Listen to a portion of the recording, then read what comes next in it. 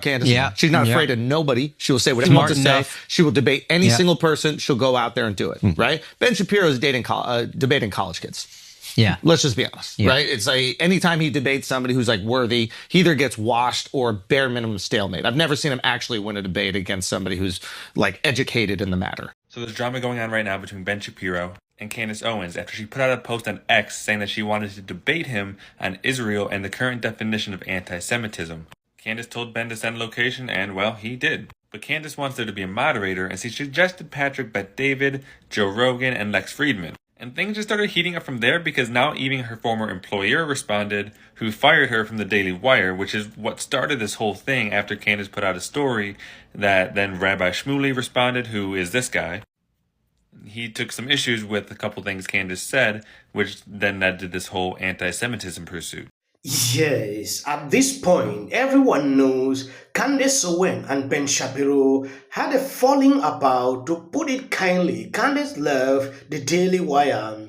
The two have been less than friendly ever since, with Candace Owens suggesting Ben was recently behind this shady behavior. We know that Candace Owens is no longer with the Daily Wire. A lot is happening. I don't know if you have seen this. Candace sent this out. I would like to debate Ben Shapiro on Israel and the current definition of anti-Semitism. Can somebody make that happen? Ben and Candace, let me first start off by saying I am so happy the two of you guys are talking, as well as agreeing to do a sit down. Obviously, the detail is the challenge where we're going to figure out. Let me give you a couple things I want you to be thinking about. One, Ben, let me address your issue about what I said yesterday with the Daily Israeli Wire. I even said the Daily Jewish Wire. If you haven't watched the entire context of what I said, I'm going to put the link below. You can go watch the entire thing on what I said from the beginning to the end. I highly recommend you watch it. Secondly, why I think you have to know where my perspective is slightly different is I understand where you're coming from, because I lived in Iran as a kid from the day I was born till 10 years old, where we were bombed 167 times in one day. 500,000 people died, and I was a Christian kid living in a nation where 98% were Muslim. We were afraid to talk about what we were all about. So I feel the pain of people living in Israel, and I fully feel the pain of some of the folks who are Christian folks maybe living in Palestine that don't agree with what's going on with Hamas. I understand both sides, and that's why I understand what Candace is saying, and I also understand why you have the position that you have. Having said that, there's a couple things I want you to be thinking about. Number one, you are Jewish. I think you're from Burbank, California, if I'm not mistaken, and you got 4 kids. I'm Middle Eastern, Armenian, Assyrian, born in Iran. I went to Glendale, California. And then we have Candace, who I believe is from White Plains, New York, with 3 kids. We're all family folks, right? When we come down and sit down and have the conversation together, we're in America today. So this is my proposal to you. If you're America first, we, Valuetainment, have agreed that if you want to do the sit down with us, a fair and balanced sit down, the moderating of the two of you, we will give $250,000 to Laken Riley's family because of what's happening today with illegal immigration. It's the #1 issue in America, and I think it matters to the both of you. So no matter where you live, today we're raising our kids in America.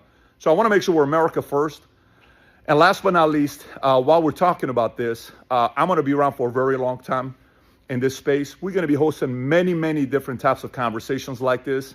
Whether you're left, center, or right, people come here, they feel safe with us, which means we're going to do a very fair interview with the two of you. And the details is on you to say yes or no. If not, totally understand. If you're open to it, I think I live 25 minutes away from you. Let's make this happen and unite specifically to the biggest voices in the conservative space. Take care, guys. Yes, it didn't end there.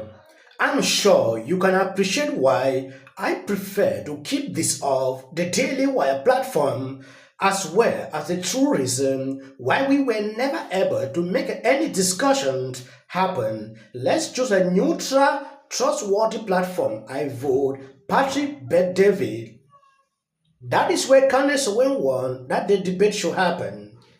It continued.